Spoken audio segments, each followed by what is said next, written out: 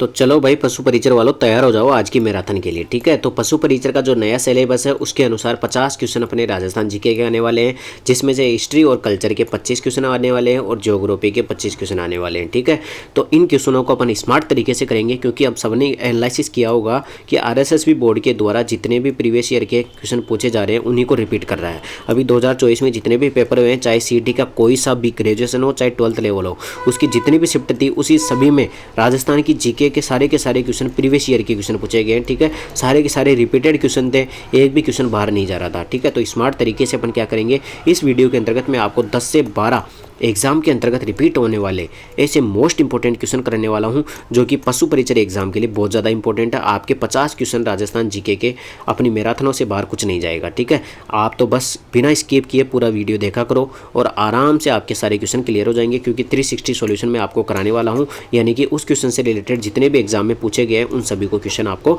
Solution कराने वाला हूँ। ठीक है, तो बिना किसी देरी के वीडियो स्टार्ट करते हैं। अगर अभी तक आपने चैनल को सब्सक्राइब नहीं किया तो चैनल को सब्सक्राइब कर दीजिए और बेल आइकन को जरूर दबा दीजिए। तो बिना किसी देरी वीडियो स्टार्ट करते हैं। आज का हमारा जो पहला क्वेश्चन है, 1923 में अजमेर में प्रकाशित राजस्थान सेवा संघ के समाचार पत्र का नाम क्या था?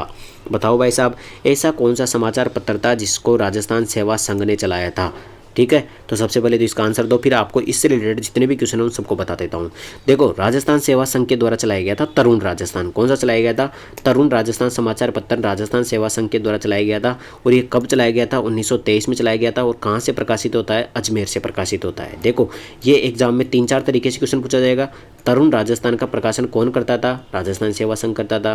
कहाँ से कब प्रारंभ हुआ था? 1923 में प्रारंभ हुआ था। कहाँ से प्रकाशित होता है? अजमेर से प्रकाशित होता है। और राजस्थान सेवा संघ की स्थापना कब हुई थी? 1919 में हुई थी। ठीक है, और बाद में 1919 में कहाँ पर हुई थी? वर्धा मुंबई के अंतर्गत हुई थी। 1920 में इसको अजमेर में स्थापित किया गया था। यह भी एग्जाम में पूछा हुआ क्वेश्चन है। ठीक है, तो ये सारे के सारे इंपॉर्टेंट क्वेश्चन थे, आपको ढंग से याद कर लेने। इसके बाद में आगे बढ़ते हैं क्वेश्चन नंबर 2 की ओर। क्वेश्चन नंबर 2 है, गलत युग्म को चुनिए। आपको पता होगा सही गलत करना और मिलान चिन्ह करने वाले क्वेश्चन मैंने आपको बताया कैसे करने हैं। ठीक है, तो सबसे पहले आपको जो आता है उनको देख लो। रानी जी की बावड़ी कहाँ पर स्थित है? बूंदी में, बिल्कुल सही बात है, सबको पता है। हर्षनाथ की बावड़ी कहाँ पर स्थित है? सिक्कर में, बिल्कुल सही बात है। चांद बावड़ी कहाँ पर है? आभानेरी दौसा में, बिल्कुल सही बात है। मंदाकिनी बावड़ी अजमेर में स्थित नहीं है। देखो, 3 क्वेश्चन अगर आपको आते हैं ना तो चौथा ऑप्शन आप आराम से आप कर सकते हो। ये तीनों आपको आराम से आते होंगे। तो मंदाकिनी बावड़ी कहाँ पर? अजमेर में स्थित नहीं है। ठीक है, तो चाहे मिलान चिन्ह वाले क्वेश्चन हो चाहे ऐसे क्वेश्चन हो, इनको ढंग से कर लिया करो। देखो, ये पॉलिटी का क्वेश्चन है, इसको अपन नहीं करेंगे, पॉलिटी नहीं आती है। अब अगला क्वेश्चन देखो, क्वेश्चन नंबर 4 क्या कहता है? क्वेश्चन नंबर 4 है, निम्नलिखित चौहान शासकों को कालक्रम के अनुसार व्यवस्थित कीजिए और नीचे दिए गए कूट में से सही उत्तर को छांटिए। देखो, ये कालक्रम का एग्जाम हर एग्जाम में पूछा जाता है, जिसमें आपको कुछ राजाओं के नाम देगा, शासकों के नाम देगा। ठीक है, और उनको पूछेगा कि इनको इनके क्रम के अनुसार जमाओ। ठीक है, तो बताओ इन 4 ऑप्शनों में से बताओ कि कौन पहले आएगा कौन बाद में आएगा। ठीक है, देखो सबसे पहले आपको एक सेकंड ऑप्शन दिखा देता हूं ताकि आप कंफ्यूज नहीं होंगे। क्वेश्चन नंबर 4 का आंसर बताओ भाई फटाफट से। तो ध्यान रख लेना, इनमें से जो सबसे कालक्रम के अनुसार जमाएं तो सबसे पहले आएंगे विग्रहराज चतुर्थ। कौन आएंगे? विग्रहराज चतुर्थ। इसके बाद में आ जाएंगे पृथ्वीराज सेकंड। कौन आ जाएंगे? पृथ्वीराज सेकंड। इसके बाद में आ जाएंगे सोमेश्वर। सोमेश्वर के बाद में हो जाएंगे पृथ्वीराज पिथौरा। ठीक है, पृथ्वीराज राय पिथौरा, क्योंकि सोमेश्वर के बेटे थे पृथ्वीराज चौहान। तो सबसे पहले तो हो जाएंगे विग्रहराज, फिर हो जाएंगे पृथ्वीराज सेकंड, फिर हो जाएंगे सोमेश्वर, फिर हो जाएंगे पृथ्वीराज राय पिथौरा। ठीक है, तो ऑप्शन में देखें तो 3, फिर हो जाएगा 2, फिर 4, फिर 1। तो 3, 2, 4, 1 ये रहा ऑप्शन में। ठीक है, तो क्वेश्चन नंबर 4 का आंसर क्या हो जाएगा? सबसे पहले तो विग्रहराज, फिर उसके बाद में पृथ्वीराज सेकंड, फिर सोमेश्वर और फिर पृथ्वीराज राय पिथौरा। ठीक है, कालक्रम का क्वेश्चन हर बार पूछा जाता है, इंपॉर्टेंट क्वेश्चन है। इसके बाद में क्वेश्चन नंबर 5, जोधपुर के जसवंत थड़ा का निर्माण कौन करवाता है? ये एग्जाम में अलग अलग तरीके से पूछा जाता है, मोस्ट इंपॉर्टेंट है। देखो, सबसे पहला क्वेश्चन पूछता है कि राजस्थान का ताजमहल किसको कहा जाता है? तो जसवंत थड़ा को कहा जाता है। राजस्थान का ताजमहल किसको कहा जाता है? जसवंत थड़ा को कहा जाता है। और जसवंत थड़ा कहाँ पर स्थित है? जोधपुर में स्थित है। ये भी एग्जाम में पूछा हुआ है। जसवंत थड़ा कौन से दुर्ग के पास में स्थित है? तो जोधपुर में कौन सा दुर्ग है? मेहरानगढ़ दुर्ग, उसी के पास में स्थित है कौन सा? जसवंत थड़ा। जसवंत थड़ा किसने बनवाया था और किसकी याद में बनवाया था? तो ध्यान रख लेना, इसको जो बनवाया था वो बनवाया था महाराजा सरदार सिंह ने। ठीक है, सरदार सिंह ने जसवंत थड़ा का निर्माण करवाया था। किसकी याद में? अपने पिता जसवंत सिंह की याद में, अपने पिता जसवंत सिंह सेकंड की याद में इसका निर्माण करवाया था। ठीक है, तो जसवंत थड़ा से क्वेश्चन एग्जाम में बार बार पूछा जाता है, घुमा घुमा करके पूछा जाता है। इसके बाद में आगे बढ़ते हैं क्वेश्चन नंबर 6 की ओर। आसिर खां रुकनुद्दीन चंदूलाल चित्रकला की किस शैली से संबंधित है? बताओ भाई साहब कौन सी ऐसी चित्र शैली है जिनसे इनका संबंध है? तो आपको ध्यान रखना जितने भी मुस्लिम चित्रकार आते हैं ना, ज़्यादातर मुस्लिम चित्रकार वो आते हैं अपने बीकानेर शैली के अंतर्गत। किस में आते हैं? बीकानेर शैली के अंतर्गत। ठीक है, इनको सबको याद रख लेना। अब बढ़ते हैं क्वेश्चन नंबर 7 की ओर। अभी तक आपने चैनल को सब्सक्राइब नहीं किया तो चैनल को सब्सक्राइब कर दीजिए। बहुत ज़्यादा इंपॉर्टेंट क्लास है पशु परिचय एग्जाम के लिए। ठीक है, इनसे बाहर अपने एक भी क्वेश्चन नहीं जाएगा। क्वेश्चन नंबर 7 क्या कहता है? निम्नलिखित में से कौन सा एक नृत्य सहरिया जनजाति के द्वारा नहीं किया जाता है? यानी कुल मिलाकर के जनजातीय नृत्य पूछा जा रहा है। नृत्य से क्वेश्चन आया है कि कौन सा सहरिया जनजाति का नृत्य नहीं है? बताओ भाई साहब, आराम से देखो और कौन सा सहरिया जनजाति का नृत्य नहीं है। तो अपने को ट्रिक याद होगी, भीलों की गौरी द्विचक्री घूमी। तो द्विचक्री नृत्य भीलों का आ जाता है। ठीक है, तो ये गलत हो जाएगा। वैसे ही सहरिया जनजाति का कौन सा हो जाएगा? शिकारी भी हो जाएगा, बिछुआ भी हो जाएगा, झेला भी हो जाएगा। द्विचक्री कौन सा है? भील जनजाति का नृत्य है। ठीक है, तो ऐसे आप ट्रिक कर एग्जाम में क्या किया करो, जैसे सहरिया को पूछ रहा है लेकिन अपने को ऑप्शन में से पता है कि ये भील का है, तो ये सीधा सीधा गलत हो जाएगा। इसके बाद में आगे बढ़ते हैं। क्वेश्चन नंबर 8 क्या कहता है? क्वेश्चन नंबर 8 है बुलाक आभूषण स्त्रियों के द्वारा शरीर के किस भाग में पहना जाता है? बताओ भाई साहब, आभूषण से क्वेश्चन आया, बुलाक आभूषण। अच्छा क्वेश्चन है, बार बार एग्जाम में पूछा जाता है कि बुलाक आभूषण कहाँ पर पहना जाता है। तो ध्यान रख लेना, बुलाक आभूषण नाक में पहना जाता है। कहाँ पर पहना जाता है? नाक के अंतर्गत पहना जाता है बुलाक आभूषण। इसके बाद में आगे बढ़ते हैं क्वेश्चन नंबर 9 की ओर।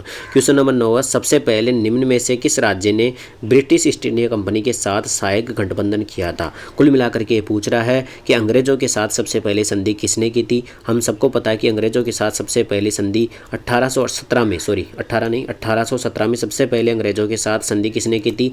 1817 में की थी करौली रियासत ने सबसे पहले अंग्रेजों के साथ संधि की थी। मदन पाल थे इसके कौन शासक थे उस टाइम पे। ठीक है, और सबसे लास्ट में 1823 में किसने सहायक संधि की थी? वो की थी अपने सिरोही रियासत ने। किसने की थी? सिरोही ने। तो ये एग्जाम में दोनों पूछी जाती है कि पहली कौन सी थी? करौली, और लास्ट की कौन सी थी? सिरोही थी। इसके बाद में आगे बढ़ते हैं क्वेश्चन नंबर 10 की ओर। क्वेश्चन नंबर 10 है लोक नाट्यकार दुलिया राणा और नानू राम किस ख्याल से संबंधित है? बार बार एग्जाम में पूछा जाता है, रिपीट होता है। दुलिया राणा और नानू राम का कौन सी ख्याल से संबंधित है? तो शेखावाटी ख्याल से संबंधित है। ठीक है, और आपको ध्यान रख लेना है कि कुचामणी ख्याल के प्रसिद्ध कलाकार कौन है? तो लच्छी राम हो जाएंगे। यह भी स्टेनोग्राफर के पेपर में भी पूछा था। लच्छी राम का संबंध किससे है? ये कुचामणी ख्याल से है। ठीक है, तो नानू राम और दुलिया राणा का संबंध तो किससे हो जाएगा? शेखावटी ख्याल से हो जाएगा। इसके बाद में क्वेश्चन नंबर 11। क्वेश्चन नंबर 11 है राजावटी व नागरचोल किस बोली की उपबोलियां? बताओ भाई साहब, राजावटी और नागरचोल किस बोली की उपबोलियां है? ठीक है, तो ये ढूंढाड़ी की उपबोलियाँ हो जाएगी। राजस्थान में दो ही भाषाएं चलती है, एक तो ढूंढाड़ी और एक मारवाड़ी। ठीक है, ढूंढाड़ी और मारवाड़ी इनकी उपबोलियाँ दे रखी है। तो राजावटी अपने कौन से क्षेत्र में बोली जाती है और नागरचोल कौन से क्षेत्र में बोली जाती है, और इन दोनों उपबोलियाँ कौन सी है? ढूंढाड़ी बोली की उपबोलियाँ हैं। ठीक है, इसके बाद में आगे बढ़ते हैं क्वेश्चन नंबर 12। क्वेश्चन नंबर 12 आता है वाद्य यंत्र से क्वेश्चन है।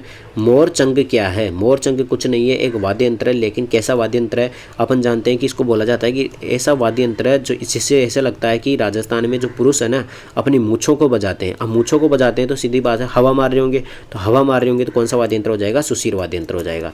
तो मोरचंग कौन सा हो जाएगा? एक सुशीर वाद्य यंत्र है। ये सबसे छोटा वाद्य यंत्र है, इस कारण से इसको जूप हॉर्प भी कहा जाता है। इसको जूप हॉर्प भी कहा जाता है। किसको?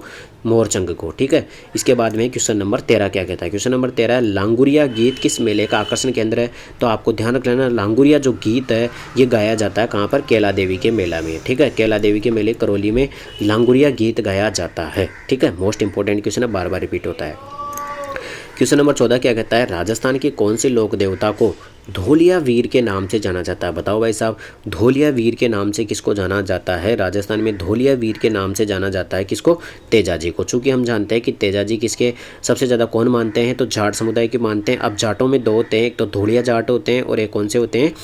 आंधना जाट होते हैं। जिसमें से धोलिया जाट सबसे ज़्यादा किसको मानते हैं? तेजाजी को मानते हैं। इस कारण से इनको धोलिया वीर कहा जाता है। ठीक है, इसके बाद में आगे बढ़ते हैं क्वेश्चन नंबर 15 की ओर। अभी तक चैनल को अगर आपने सब्सक्राइब नहीं किया तो चैनल को सब्सक्राइब कर दीजिए। बहुत ज़्यादा इंपॉर्टेंट क्लासेज है। किसके लिए? पशु परिचय एग्जाम के लिए। ठीक है, सारे के सारे क्वेश्चन रिपीट होंगे, 50 क्वेश्चन, एक भी क्वेश्चन गलत नहीं होगा। इसके बाद में क्वेश्चन नंबर 15 है सूची 1 और सूची 2 को मिलान करना है। मैंने हमेशा आपको बताया कि सूची जब भी दे दे आपको मिलान कैसे करना है। सबसे पहले आपको देखना है कौन कौन से आपको आते हैं। तो भारतीय लोक कला मंडल उदयपुर में, ये आपको पता होगा सीटी के एग्जाम में पूछा गया था, पिछली वाली सीटी में। ठीक है, तो भारतीय लोक कला मंडल कहाँ पर? उदयपुर में। ऑप्शन से आराम से देखो कि डी में 4 कहाँ पर आ रहा है। आराम से देखो कि डी में 4 कहाँ पर आ रहा है। वाह भाई, खतरनाक दे रखा है। डी में 4 3-4 ऑप्शन में दे रखा है। अब देखते हैं और देखते हैं इसमें से राजस्थान संगीत नाटक अकादमी कहाँ पर है। राजस्थान संगीत नाटक अकादमी कहाँ पर है, जोधपुर में स्थित है। ठीक है, भारतीय लोक कला मंडल तो कहाँ थी, उदयपुर में स्थित थी। अब राजस्थान संगीत नाटक अकादमी जोधपुर में, यानी कि ए में थर्ड देखो ये रहा, ये सीधा सीधा आंसर हो गया। देखो एक ही ऑप्शन से हो जाता अगर अपन यहीं से कर लेते तो। राजस्थान संगीत नाटक अकादमी कहाँ पर है, जोधपुर में स्थित है। इसके बाद में बढ़ते हैं क्वेश्चन नंबर 16 की ओर। देखो शिलालेख का क्वेश्चन है, अच्छा क्वेश्चन है, कथन वाला क्वेश्चन है। क्वेश्चन नंबर 16 है, घटियाला अभिलेख से संबंधित निम्नलिखित कथनों में से असत्य हैं। देखो सबसे पहली बात तो आपको ध्यान रखना है, घटियाला अभिलेख कहाँ पर है, जोधपुर में। घटियाला अभिलेख कहाँ पर है, जोधपुर में। अब इसके बारे में गलत कथन बताना अपने को।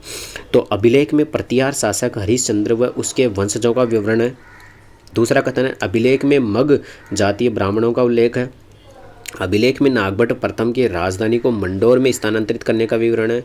ये अभिलेख 4 अभिलेखों का एक समूह है। बताओ भाई साहब कौन सा गलत कथन है, इनमें से कौन सा गलत कथन है।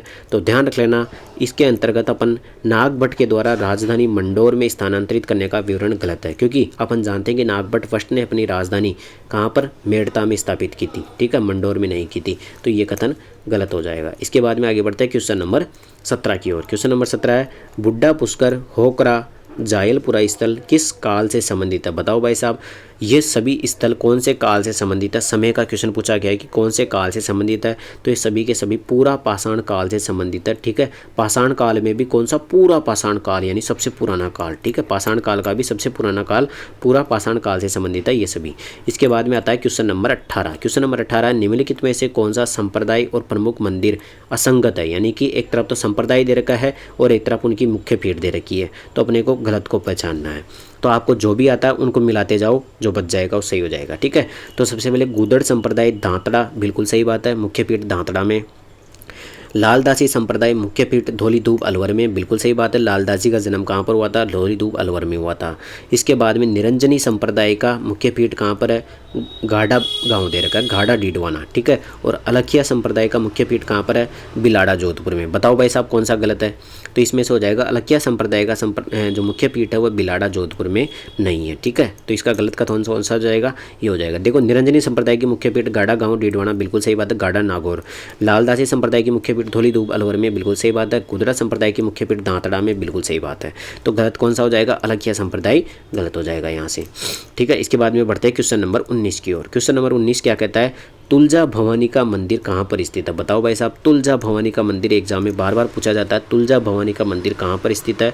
तो ध्यान रखना, तुलजा भवानी का मंदिर स्थित है चित्तौड़गढ़ में। कहाँ पर स्थित है, जब भी आप चित्तौड़गढ़ घूमने जाओगे तो आपको ध्यान रखना है तुलजा भवानी के मंदिर में जरूर जाके आना, क्योंकि ये एग्जाम में बहुत ज़्यादा पूछी जाती है। इसके बाद में क्वेश्चन नंबर 20 क्या कहता है, किस प्रतिहार शासक ने आदि वराह की उपाधि धारण की थी। बताओ भाई साहब आदि वराह की उपाधि किसने धारण की थी, तो आदि वराह की उपाधि धारण की थी मिहिर भोज ने। किसने की थी, मिहिर भोज ने धारण की थी आदि वराह की उपाधि। इंपॉर्टेंट क्वेश्चन है, बार बार एग्जाम में पूछा जाता है।